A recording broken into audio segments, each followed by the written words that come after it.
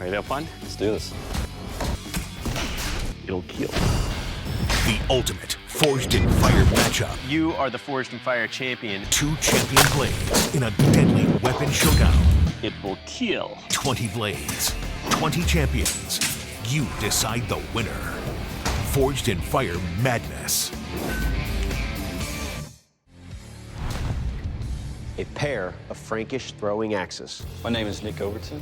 I am 22 years old. There was a scouting program through my church, and they had a camp out one summer, and they had a blacksmith shop. Made my first stop there, and it's been a snowball effect ever since. And now, the same shop that they taught me in is now partly my shop, and I get to teach the scouts there as well.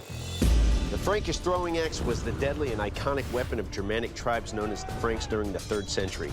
Masters of shock and awe combat, the Franks carried multiple axes into battle and would throw them at close range to break formation and cause chaos. The axe's heavy blade and razor-sharp edge cut deep into enemy flesh and was capable of damaging armor and crushing bone. The axe's brutality in the hands of the Franks is still prevalent in movies and can be seen in the 2010 film Centurion. The Chakram. My name is Christopher Farrell. Being a professional bladesmith, you don't make a lot of money. Winning this competition would make the next year of operation costs a lot easier to shoulder. The Chakram is an Indian throwing weapon which dates back hundreds of years. Warrior Sikhs would throw it like a frisbee or spin it at high speeds on their fingers before launching it into the enemy. Weapon of the Hindu god Vishnu, its exotic nature has resulted in it appearing in TV and movies. Odd Job's lethal bowler hat in the James Bond movie Goldfinger was a variation of the weapon, as was Xena's weapon of choice in the cult TV series. The Indian warriors would wear multiple chakrams into battle, carrying them around their arms, their necks, and even stacked high on their heads in specially designed turbans. So the plan today is I'm going to take some 1018 mild steel. We're going to start by drilling 2 holes, go in with a drift, chisel it out, start forming our eye on both of these. Looks like a good eye right there. It's time to really profile this thing. So I'm taking it to the power hammer. That way they move a whole lot easier. I have the profile forged out, have the eyes drifted. My forge welding went good. I believe they're good enough for heat treat. And I feel like the heat treat process went really well. So the next 2 days I can focus on fit and finish.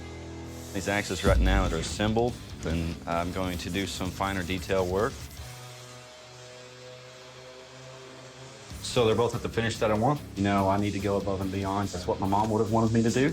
This was a challenge, and I'm really proud that I pulled it off. My interpretation of a traditional chakram will involve doing some things that I don't really do in my shop.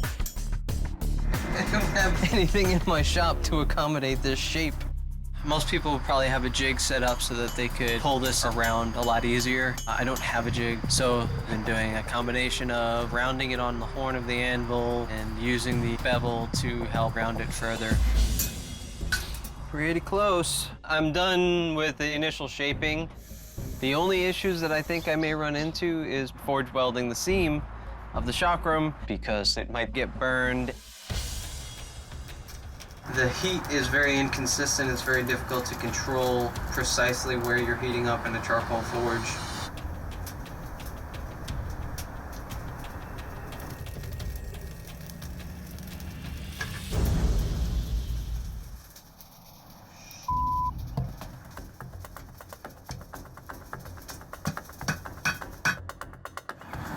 You're kidding me, right? You're burned. Got too hot somewhere else, not hot enough for the welding to happen. So I'm going to cut out the sections of the chakram that were ruined and weld on a new section. And being a guy who works mostly with hand tools, I want to see if I can pull it off. It'll work out, or it won't.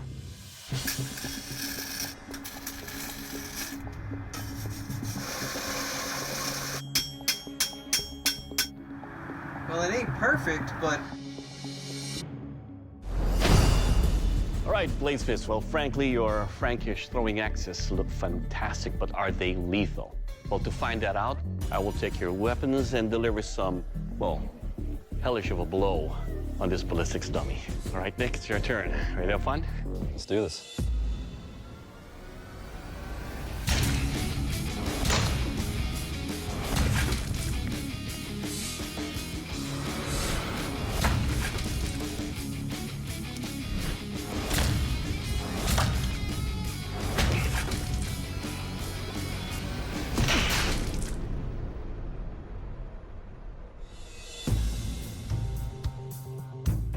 All right, Nick, upon impact, crushes the face easily and the head. Your edges, they dig in with every chop and slash. It'll kill. Thanks, Doc. Good job. Chris, you're up next. Excellent.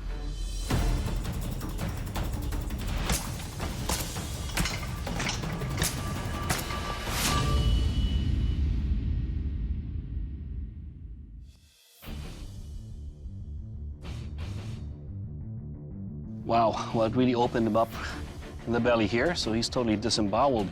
Definitely cut through all the way and broke a rib. It'll kill.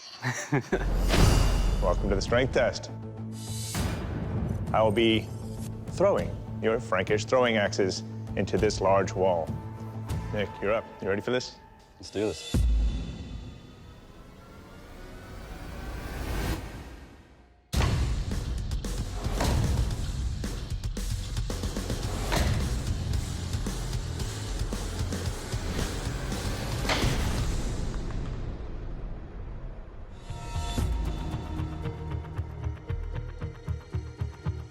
Well, Nick, your edges held up great.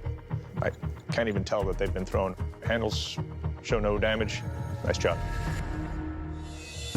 For the strength test, we're going to take your chakrams and see if it was designed well as a throwing weapon.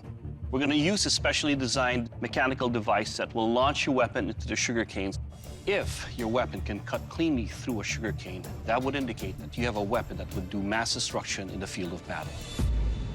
This device here is calibrated so that every throw is going to be the same for each of your designs. Chris, are you ready? Yes, sir. In 3, 2, 1, engage!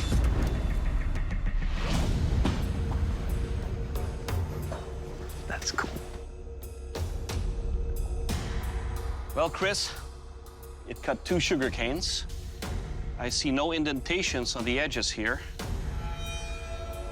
This will cause maximum damage in the battlefield. Good job. Fantastic. Thank you.